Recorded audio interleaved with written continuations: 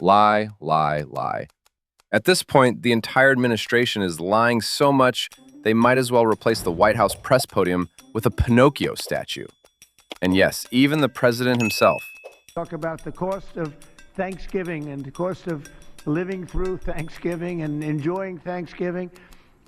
For Joe Biden, it was 25% more than it is for me. At a later time, our energy costs are way down, our groceries are way down, everything is way down, and the press doesn't report it. The press reports whatever the con people say. You know, I call the Democrats con men and women. They make up numbers.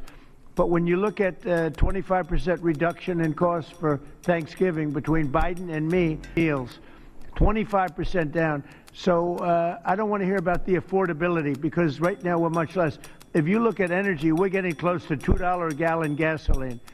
With Biden, it was $4.50, $5. Another thing, inflation. We had the worst inflation in the history of our country.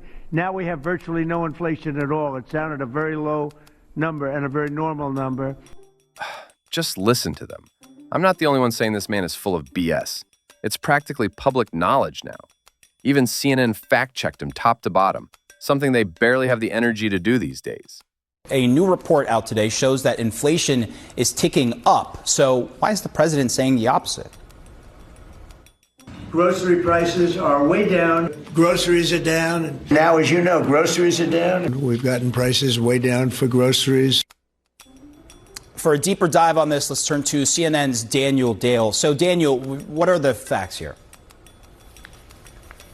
The fact is that these claims are just not true. It wasn't true when President Trump claimed earlier this year that grocery prices were down. It's not true now. And we know that because of the new Consumer Price Index report released this morning, which showed that from August to September, grocery prices increased again by 0.3%. That followed a 0.6% increase from July to August, which was the biggest jump in 3 years.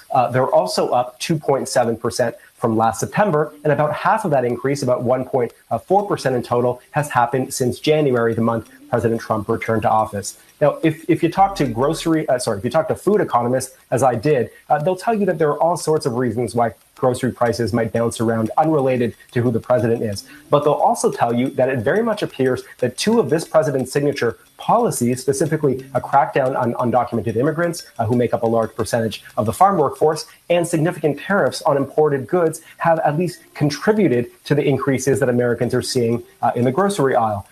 And still CNN refuses to call him a liar? Because apparently liar is now a curse word, the L word. This man lies so much you'll be tempted to give your TV a flying lesson. And it's not just him. The whole administration is swimming laps in a pool of their own nonsense. Take Brooke Rollins over at News Nation, another would be Fox News, who looked straight into the camera and declared, "Almost everything else is coming down." In the larger context, almost everything else is coming down. Dairy, eggs, cheese, turkey for Thanksgiving next year. I think the basket is about 17% lower this year than it was last year. Dairy, eggs, cheese, turkey for Thanksgiving next year. Next year? So basically, cancel Thanksgiving 2025, folks. According to Brooke, the grocery bargains are on back order. And under this circus of clowns, you might want to prep for another truckload of fresh, steaming lies coming right to your dinner table. But here's the twist. As they all belly flop around in their mud puddle of misinformation, the truth still slips out now and then, like a toddler escaping timeout. And here's the twist. Right there on the same News Nation set, Brooke admitted the obvious. Well, there's no doubt that the farm economy, for a lot of reasons, is really, really struggling right now, especially on our row crop side. Their livestock, not as much, but the row croppers. Part of that is because of the China refusing to buy soybeans during the trade renegotiations. Of course, that is now opened back up.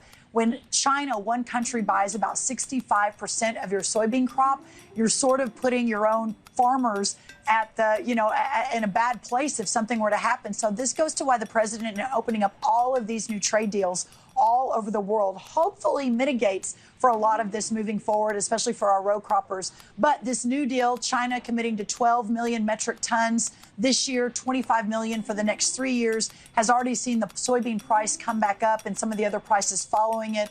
But we'll soon be announcing a potential bridge payment for those who are still facing losses.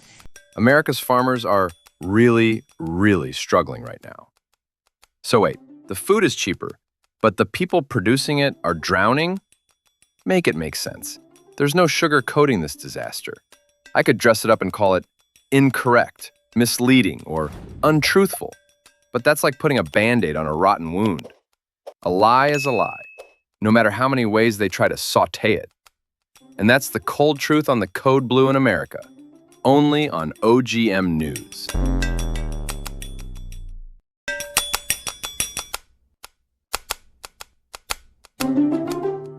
All right, friends, here's the deal. We need your support to level up our game. How can you help? Simple. Like, share, and drop a comment. Shower us with your love, your applause, or even your brutally honest displeasure. We can take it, we promise. Your feedback fuels us, even if it stings a little. And before you dash off, go ahead and smash that subscribe button on YouTube. Stay awesome, stay witty, and we'll see you next time.